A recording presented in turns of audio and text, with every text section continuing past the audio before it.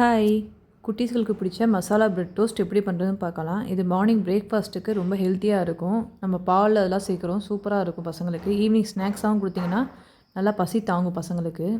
First ஒரு பவுலில் 4 முட்டை எடுத்துக்கலாம். இது வந்து 10 பிரெட் வரைக்கும் பண்ணலாம் நம்ம.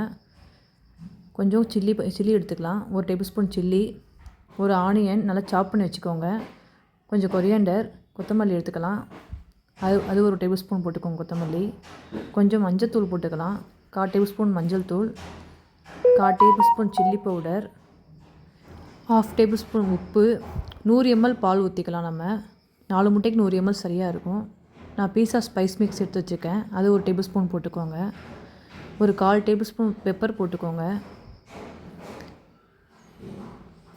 இதெல்லாம் போட்டு நல்லா பீட் பண்ணணும். நல்லா அந்த பபுள்ஸ் வர அளவுக்கு நல்லா பீட் பண்ணால் தான் நமக்கு முட்டை வந்து நல்லா ப்ளஃபியாக வரும். நம்ம மஞ்சத்தூள் பெப்பர்லாம் போடுறதுனால முட்டை ஸ்மெல் அதிகமாக இருக்காதீங்க. பசங்க ரொம்ப லைக் பண்ணி சாப்பிடுவாங்க. அப்புறம் ஒரு தோசைக்கல்லில் வந்து கொஞ்சம் பட்டர் போட்டுக்கலாம். 1 டேபிள் ஸ்பூன் பட்டர் போட்டுக்கலாம்.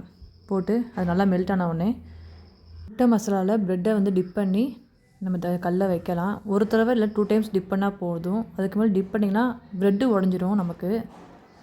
இது நல்லா சிம்மில் வச்சு 2 சைடுமே ப்ரௌன் கலர் வர அளவுக்கு வேக வைக்கணும். வேகமாக வச்சிங்கன்னா கலர் வந்துடும், பட் முட்டை உள்ளே வெந்திருக்காது. ஆனால் அதை பார்த்து செஞ்சுக்கோங்க.